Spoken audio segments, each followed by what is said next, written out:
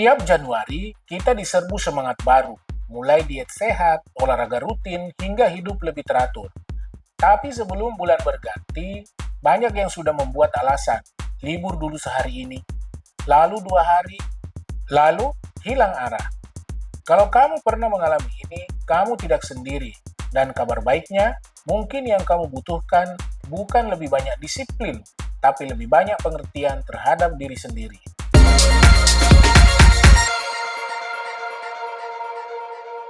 Pernah mengalami kejadian seperti ini? Aku sudah makan gorengan 2 biji. Ya sudahlah, sekalian aja makan martabak.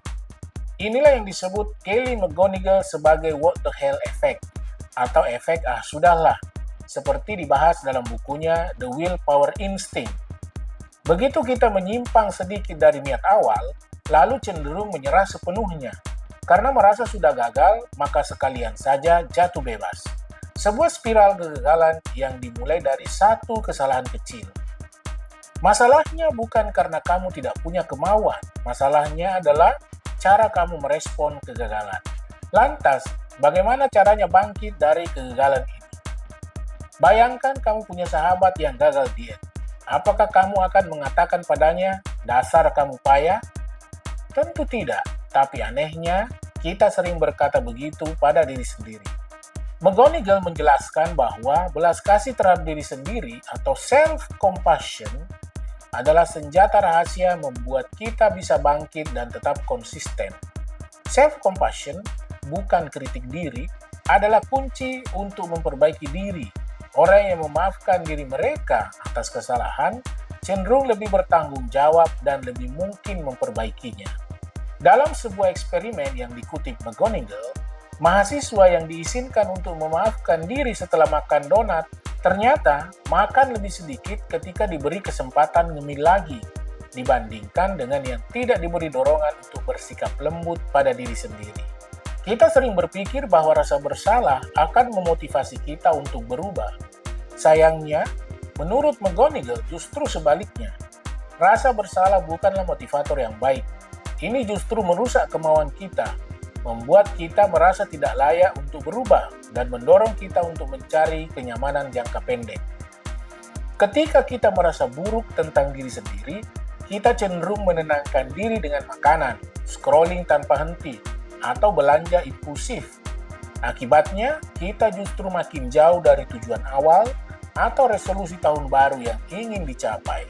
Berikut ini beberapa strategi sederhana berdasarkan buku The Willpower Instinct yang bisa kamu coba setelah terpeleset.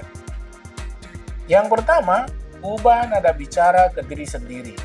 Bayangkan kamu sedang menghibur sahabat yang mengalami hal serupa. Gunakan nada dan kata-kata yang sama untuk dirimu. Yang kedua, tulis refleksi penuh belas kasih. Contoh kalimat yang bisa kamu tulis, saya memang belum konsisten, tapi saya sedang belajar. Saya akan coba lagi sekarang. Yang ketiga, berhenti sebentar dan sadari keinginanmu. Alih-alih menolak perasaan bersalah, duduklah dengan tenang, tarik napas, dan sadari. Saya kecewa, tapi saya juga ingin berubah.